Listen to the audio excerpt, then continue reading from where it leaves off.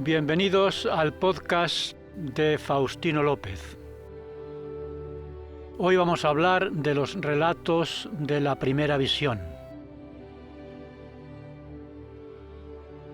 El porqué y el cómo del comienzo de la Iglesia de Jesucristo de los Santos de los Últimos Días se resumen en lo que se conoce como la primera visión, porque la experiencia de esta visión y las que vendrían después justifican la existencia de la Iglesia de Jesucristo y dan sentido a sus creencias y enseñanzas. Se llama primera visión a la visión que tuvo José Smith en la primavera de 1820, a la edad de 14 años, en una arboleda cercana a la casa de sus padres.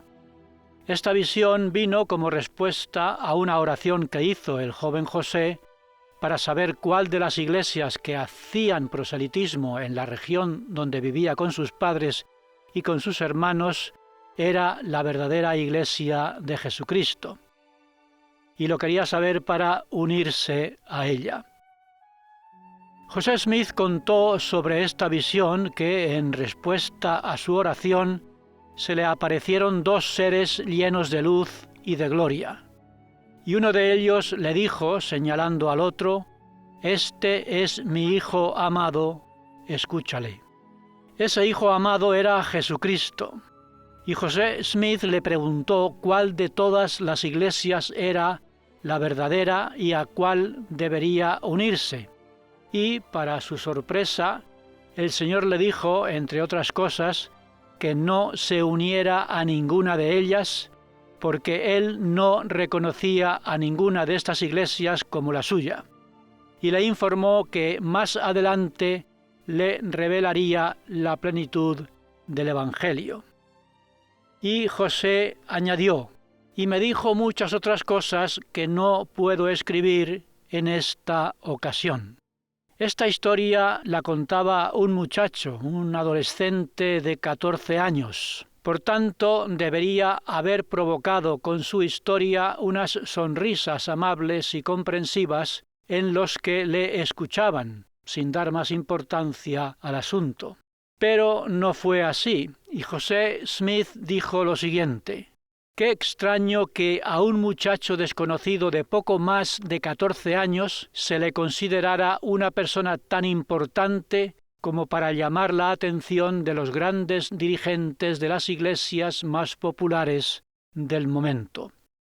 Y a tal grado llamó la atención de estos dirigentes religiosos que provocó en ellos un espíritu de la más rencorosa persecución. Y reflexionando sobre esta situación, José hizo el siguiente comentario: «Teniendo yo pocos años, me persiguieron aquellos que deberían haber sido mis amigos, y si creían que yo estaba engañado o equivocado, deberían haberme tratado con bondad y haberme ayudado de una forma apropiada y cariñosa a salir de mi error». Pero José Smith contó que su historia despertó en los dirigentes de las iglesias una reacción tan negativa y violenta que se unieron todos en una encarnizada persecución contra él, diciendo que todo lo que estaba contando era obra del diablo.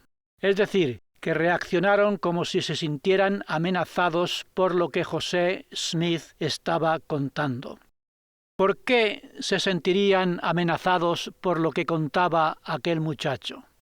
En el relato de la visión, José Smith había puesto en boca de Jesucristo palabras muy duras sobre las iglesias protestantes, y ellos no estaban dispuestos a aceptarlas. Parece que estaban muy satisfechos con sus creencias y no querían cambiarlas, aunque se lo pidiera el mismo Dios. En mi caso, yo era católico practicante cuando los misioneros compartieron conmigo la visión que tuvo José Smith, y mi reacción fue bastante diferente. Yo no estaba satisfecho con las enseñanzas de la Iglesia Católica porque me provocaban un profundo rechazo interior debido a que las respuestas que daban a mis preguntas sobre el propósito de mi vida me producían mucha angustia. Pero parece que había también algunos protestantes que no estaban satisfechos con sus creencias y se hacían las mismas preguntas que José Smith. El inglés Roger Williams, por ejemplo, aunque era un pastor y teólogo bautista emigrado al Nuevo Mundo, se hacía la misma pregunta que José Smith sobre las muchas creencias religiosas, diciendo: ¿quién puede saber o decir cuál de ellas aprueba a Dios? Roger Williams nació en Londres en 1603 y murió en 1683 en la colonia de Rhode Island que él mismo fundó en Norteamérica con el nombre de Providence. Vivió, pues, 2 siglos antes que José Smith, pero se hacía ya las mismas preguntas que José. Williams fue un buscador perpetuo de la verdad hasta el fin de su vida. Él pensaba que la apostasía había destruido la Iglesia primitiva de Jesucristo y había privado a la humanidad de la necesaria autoridad. Y creía que esa autoridad sólo se podía restaurar por medio de Dios, no por medio de los hombres. Y eso era precisamente lo que estaba empezando a pasar con la primera visión. Y es muy probable, por tanto, que Roger Williams habría sentido mucho interés en lo que contaba José Smith. Porque Williams, aunque era protestante, afirmaba que los protestantes no podían demostrar que su autoridad se hubiera recibido por medio de los apóstoles, y afirmaba lo siguiente: ya que no tenemos pruebas de una verdadera sucesión apostólica, ni católicos ni protestantes tienen autoridad para administrar los sacramentos. Williams reconocía, por tanto, la necesidad de tener nuevos apóstoles que restauraran el verdadero cristianismo. Y vemos que no había muchas diferencias entre lo que enseñaba Roger Williams en el siglo XVII y lo que enseñó José Smith 2 siglos más tarde.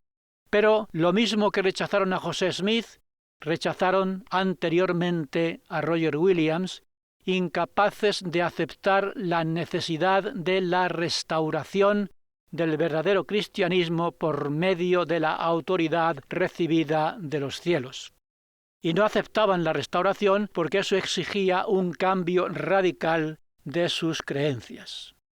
Por eso el pastor metodista reaccionó contra el relato de la primera visión del adolescente José Smith diciendo que ya no había tales cosas como visiones o revelaciones, porque habían terminado con la muerte de los apóstoles.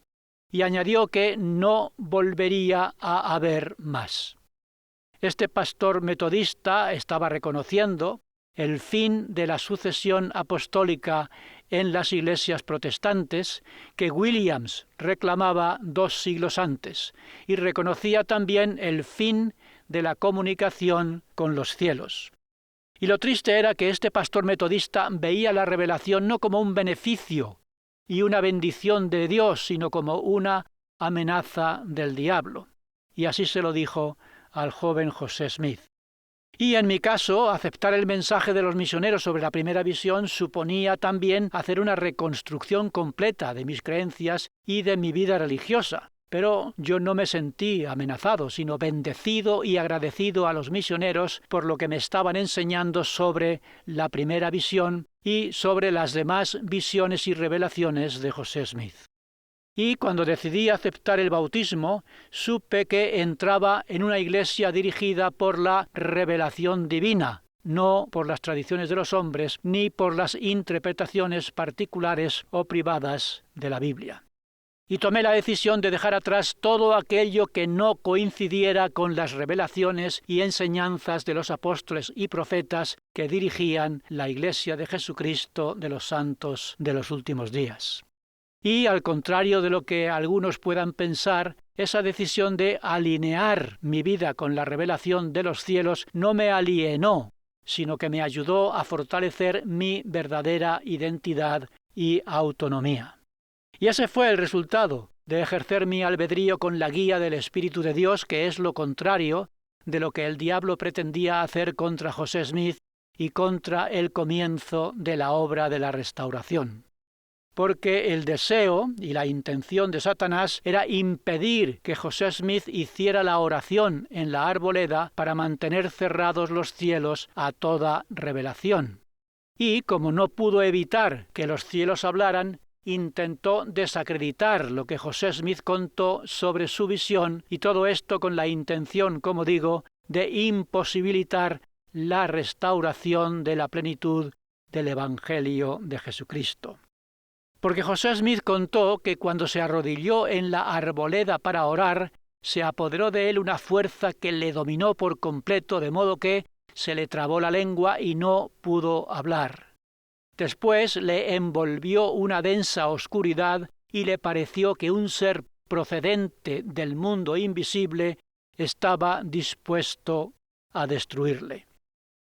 Satanás sabía muy bien que aquella oración sería el fin de la apostasía y el principio de la restauración, y esto era algo que él intentaba evitar a toda costa.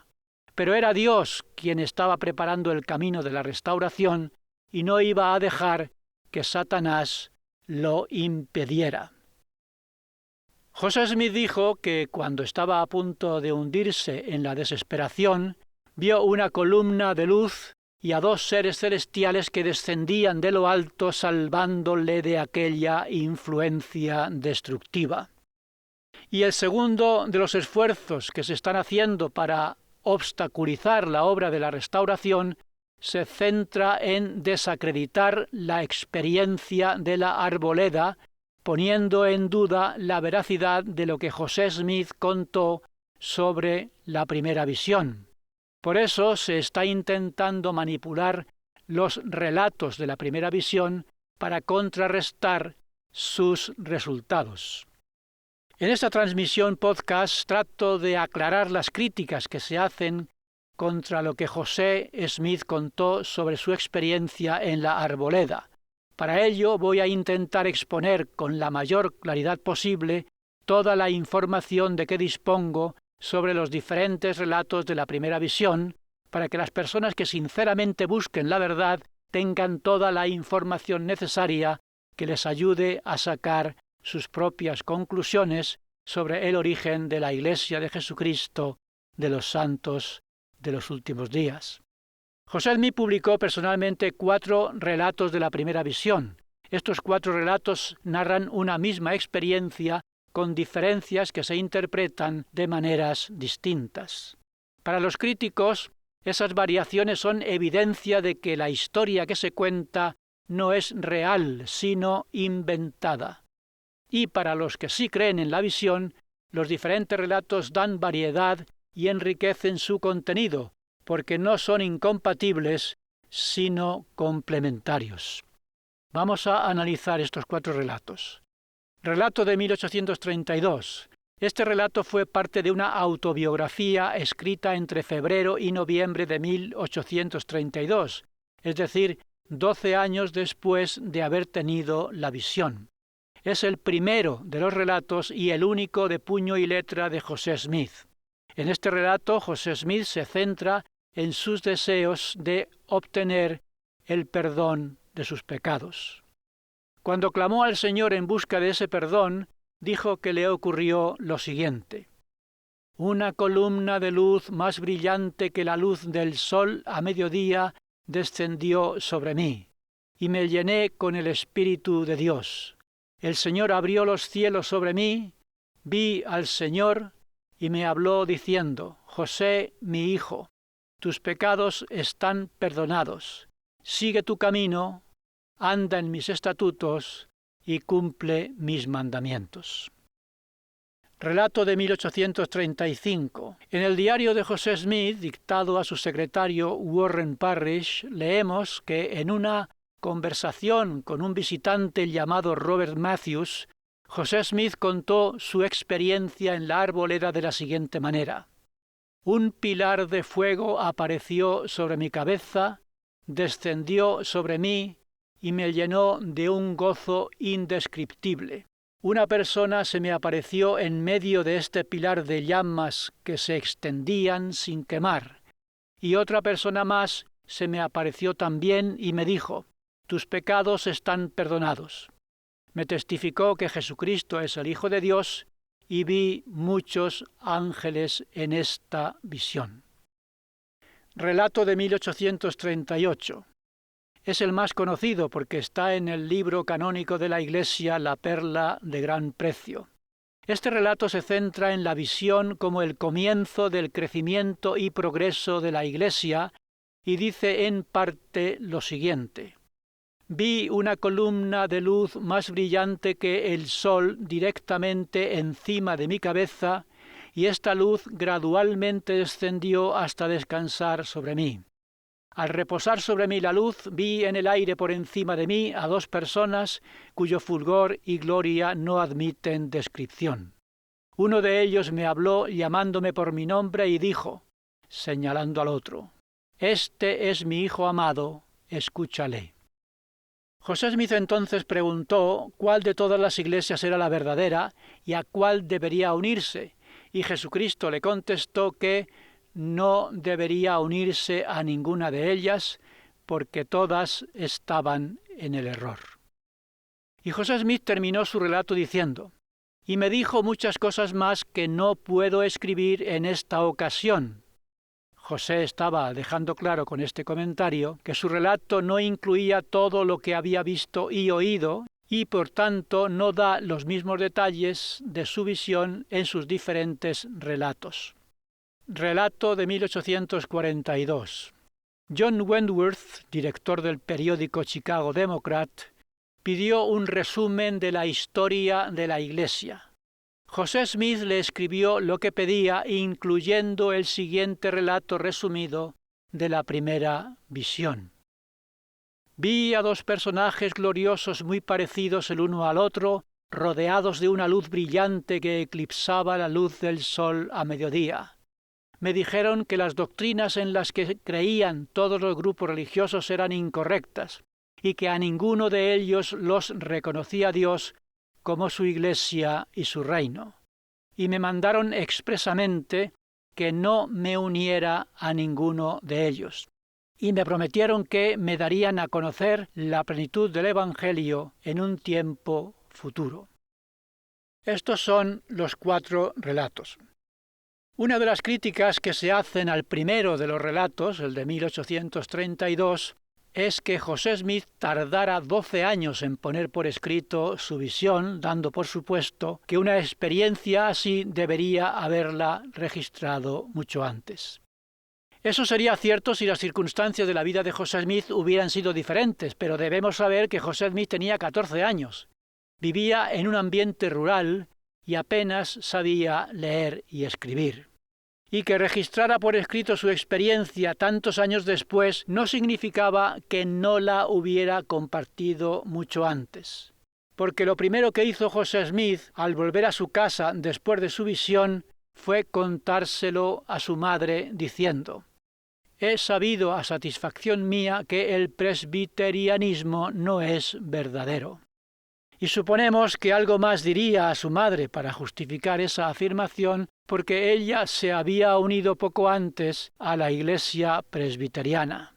Pero no hay registro de esa posible conversación madre e hijo.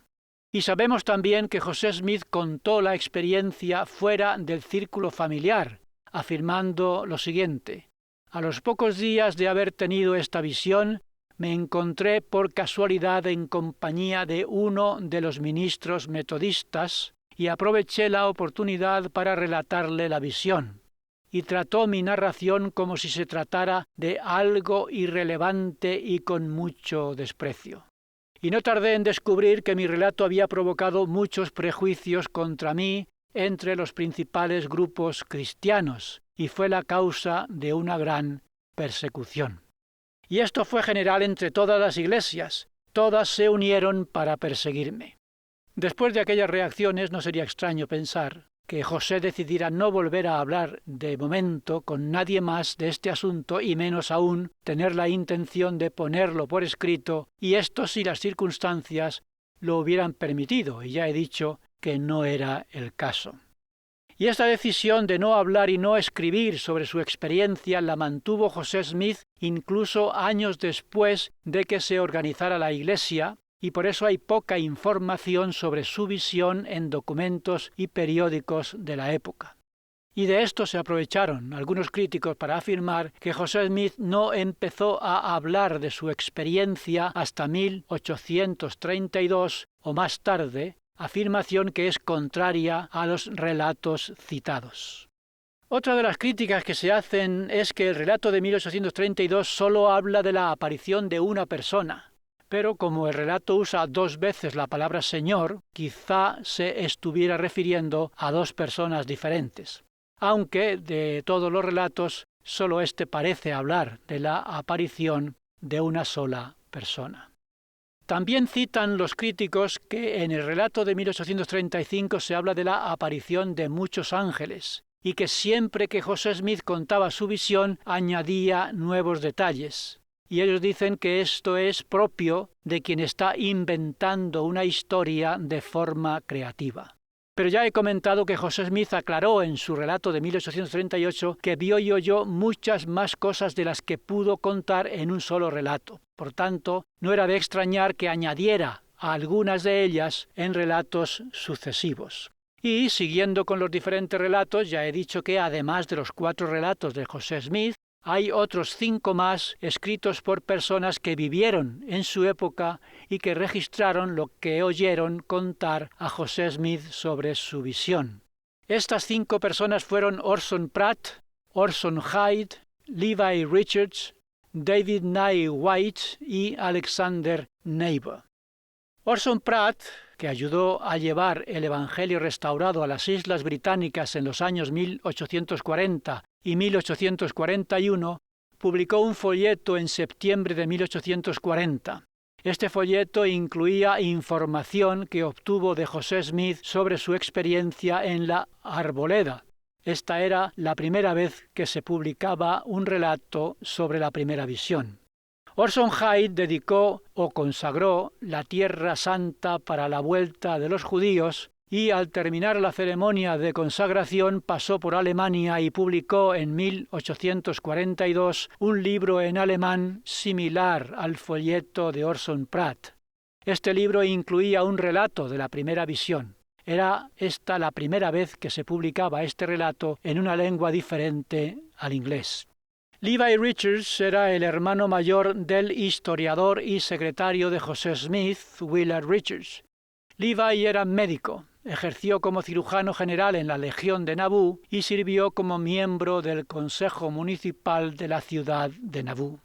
Levi escribió en 1483 un informe de la primera visión basado en un discurso que George J. Adams dio en Nauvoo después de que los santos reunidos junto al templo escucharan al profeta. Y David Nye White era editor de la publicación Pittsburgh Weekly Gazette, y David visitó al profeta en Nauvoo el 28 de agosto de 1843 y publicó en el número del 15 de septiembre de su periódico un artículo de lo que le contó José Smith sobre la primera visión.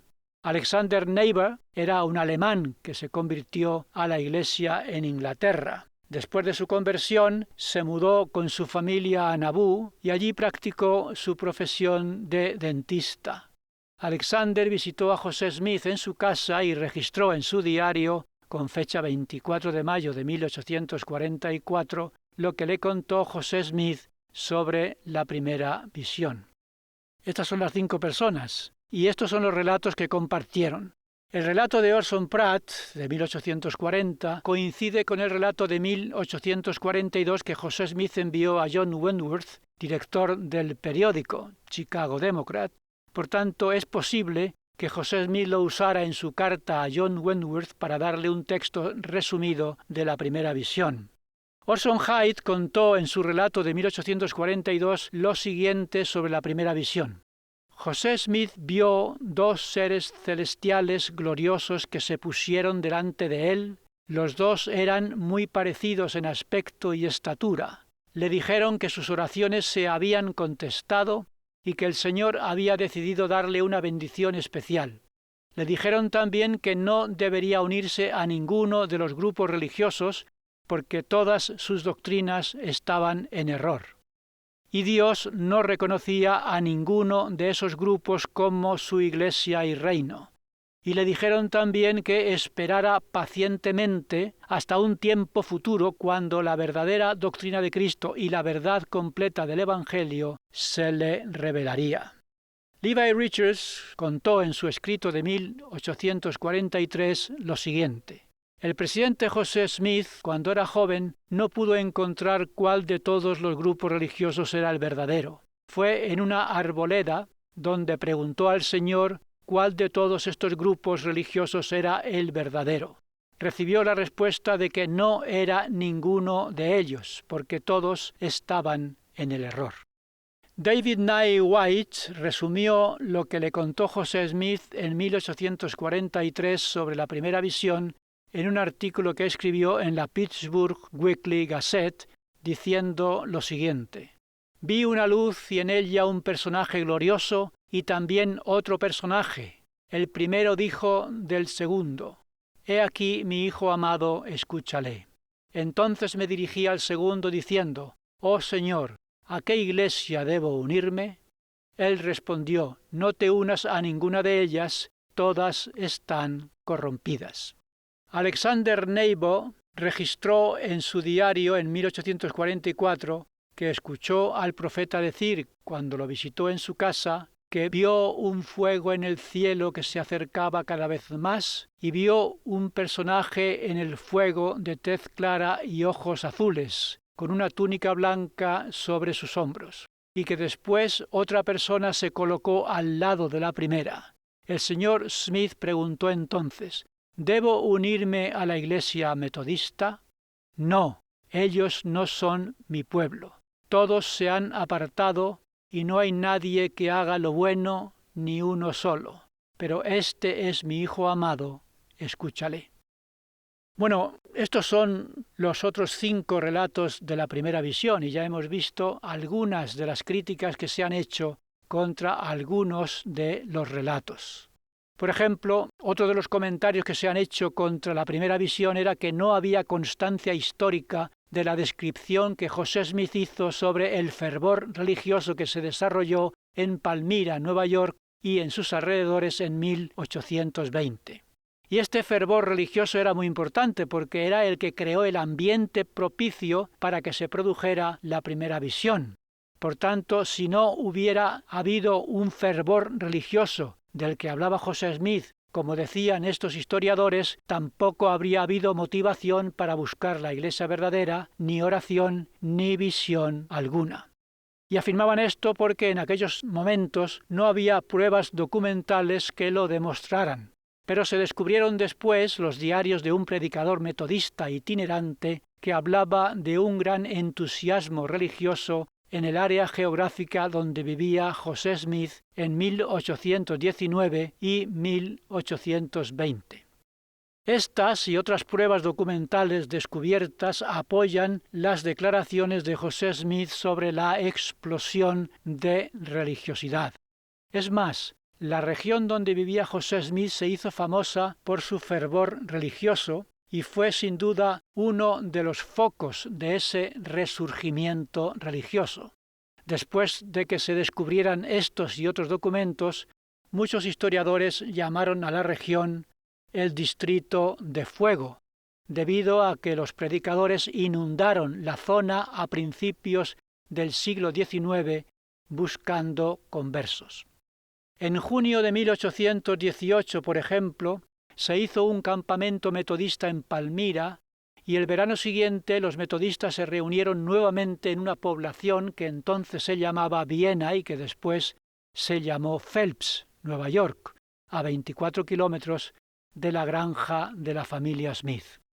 Y las preguntas que podríamos hacernos después de esta experiencia serían las siguientes.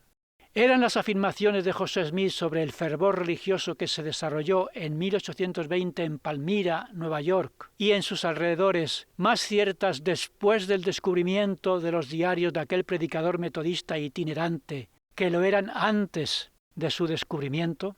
¿Es menos cierto un hecho porque todavía no se haya podido confirmar con las llamadas ciencias auxiliares de la historia?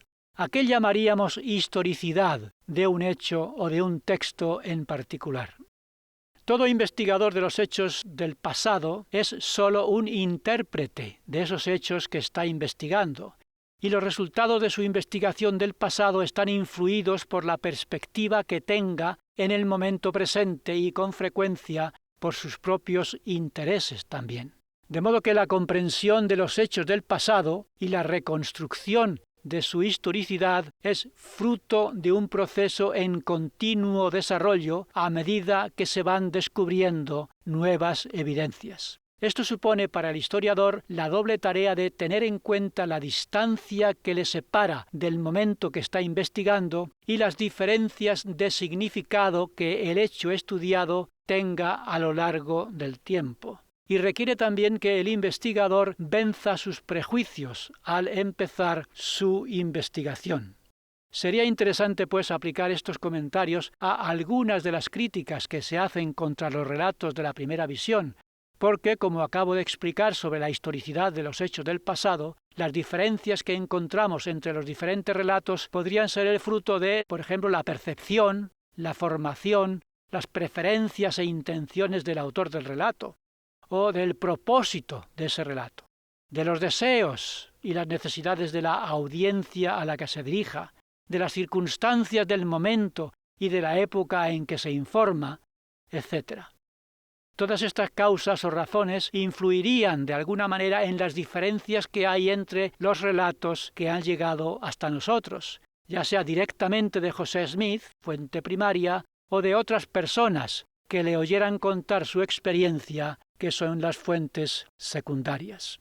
De todos los relatos, el que dictó José Smith en 1838, que se incluyó en la Perla de Gran Precio, es la versión más completa. Y José Smith escribió lo siguiente sobre las razones por las que lo escribió. Dijo así: debido a las muchas noticias que personas mal dispuestas e insidiosas han hecho circular sobre el origen y progreso de la Iglesia de Jesucristo de los Santos de los Últimos Días, se me ha persuadido a escribir esta historia para sacar del error a la opinión pública y presentar los hechos a los que buscan la verdad tal como han sucedido. Y, como estoy comentando, la experiencia de José Smith en una arboleda cercana a la casa de sus padres se conoce como la primera visión, y tiene este nombre porque después vendrían otras visiones, otras visitas y apariciones celestiales. Y esto es fundamental para entender que la primera visión fue sólo el principio de un proceso que continúa y que continuará hasta que el poder de Dios se manifieste completamente. Pocos se tomarían en serio una iglesia de la que sólo se cuente que empezó con un niño de 14 años que dijo que se le había aparecido Dios en un bosque y que eso fuera todo. Es imprescindible ir mucho más allá de la primera visión y estudiar de forma rigurosa las sucesivas visiones o apariciones de seres celestiales a José Smith y analizar los mensajes recibidos. Sólo así podremos entender su importancia en el proceso de la restauración o recuperación de todo lo perdido en la apostasía. Este proceso de la restauración incluye, entre otros, los siguientes pasos. Primero, la primera visión abrió de nuevo los cielos a la revelación, confirmó la apostasía, mostró la verdadera naturaleza del Padre y del Hijo y abrió la puerta a la esperada restauración dirigida por Jesucristo personalmente. Segundo, la visita del ángel Moroni proporcionó el Libro de Mormón, que se unió a la Biblia como otro testamento de Jesucristo. Y el Libro de Mormón se unió también a las revelaciones posteriores para restaurar la plenitud del Evangelio perdido.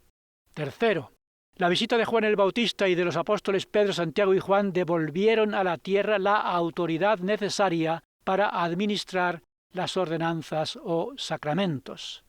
Cuarto, Moisés restauró las llaves del recogimiento y por medio de Elías el profeta se restauraron las llaves del sellamiento y de la redención de los muertos.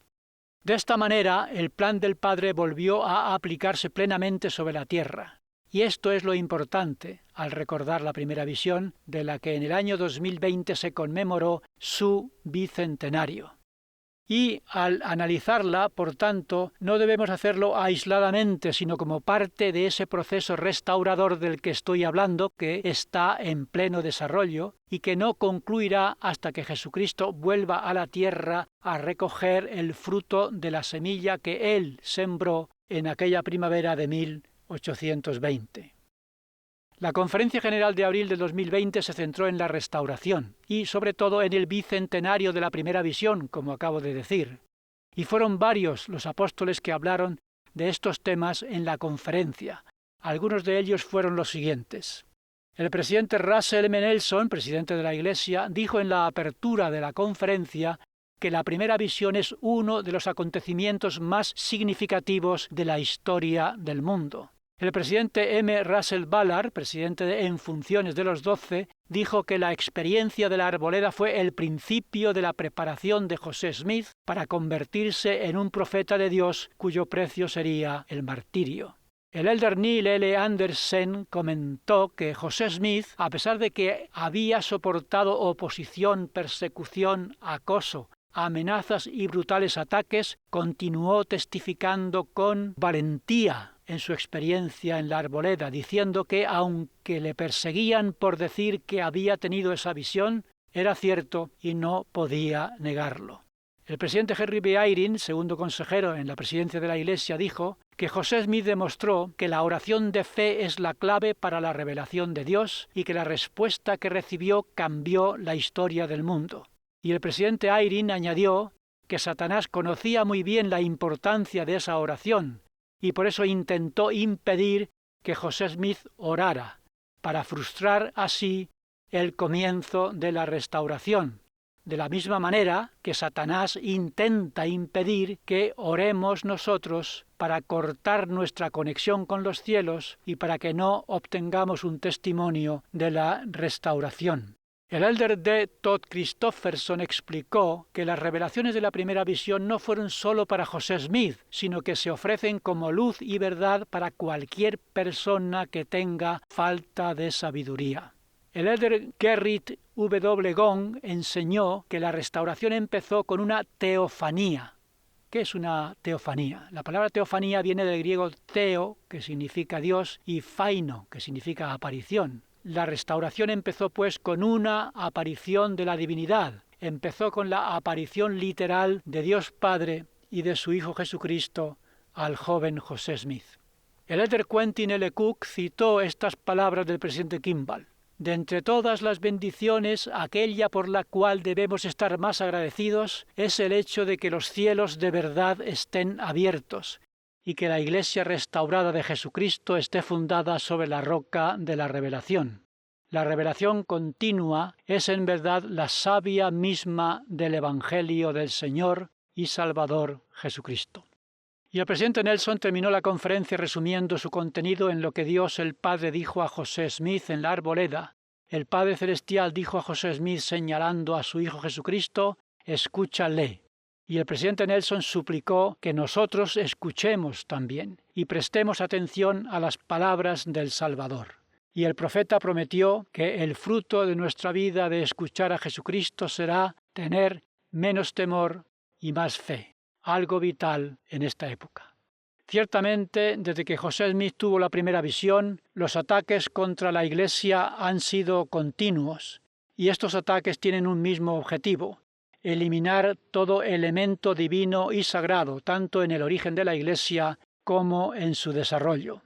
Intentan quitar al Padre y al Hijo de la primera visión, y al ángel Moroni y las planchas del origen del Libro de Mormón, poniendo en duda su historicidad. Quieren eliminar el poder de Dios en la traducción del Libro de Mormón y están intentando negar que la aparición de Juan el Bautista, de Pedro, Santiago y Juan y de Moisés, Elías y Elías el profeta se hayan producido y hayan restaurado la autoridad y las llaves del sacerdocio.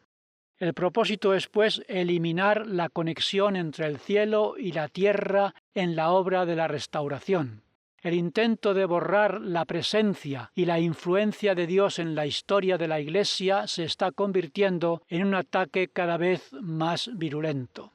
Se trata de volver a cerrar los cielos que la primera visión abrió, quitando la teofanía o aparición de la divinidad en la restauración, y volver a la lucha de palabras y contienda de opiniones, a la fuerza del razonamiento y a la sofistería, eliminando la revelación. Tratan, pues, de hacernos volver a la apostasía, a la densa oscuridad con la que Satanás envolvió a José Smith cuando empezó a orar en la arboleda, tratando de impedir que una columna de luz más brillante que el sol iluminara al joven y con él a toda la humanidad que está perdida por la falta de sabiduría. El Padre Celestial dijo a José, señalando a su hijo: «Escúchale». Y eso mismo nos dice a nosotros también. Por tanto, con la restauración ya no necesitamos depender del conocimiento del hombre, porque tenemos la revelación de Dios por medio de sus profetas, videntes y reveladores. Los cielos se han abierto y ya no volverán a cerrarse, aunque nunca faltará quien lo intente con el deseo de sustituir lo divino por lo humano, lo celestial por lo terrenal, lo espiritual por lo material, lo eterno por lo temporal, lo sagrado por lo profano. José Smith dijo: «Si quitáramos el Libro de Mormón y las revelaciones, ¿qué quedaría de nuestra religión? No quedaría nada». Y nosotros podríamos añadir: «Y si quitamos la teofanía o aparición de la divinidad, ¿qué quedaría de la restauración? No quedaría nada». Muy bien. Este es el podcast de hoy. Esperamos que sea de utilidad para aclarar los relatos del profeta José Smith sobre la primera visión. Seguiremos hablando y seguiremos desarrollando los principios del Evangelio restaurado. Hasta el próximo podcast.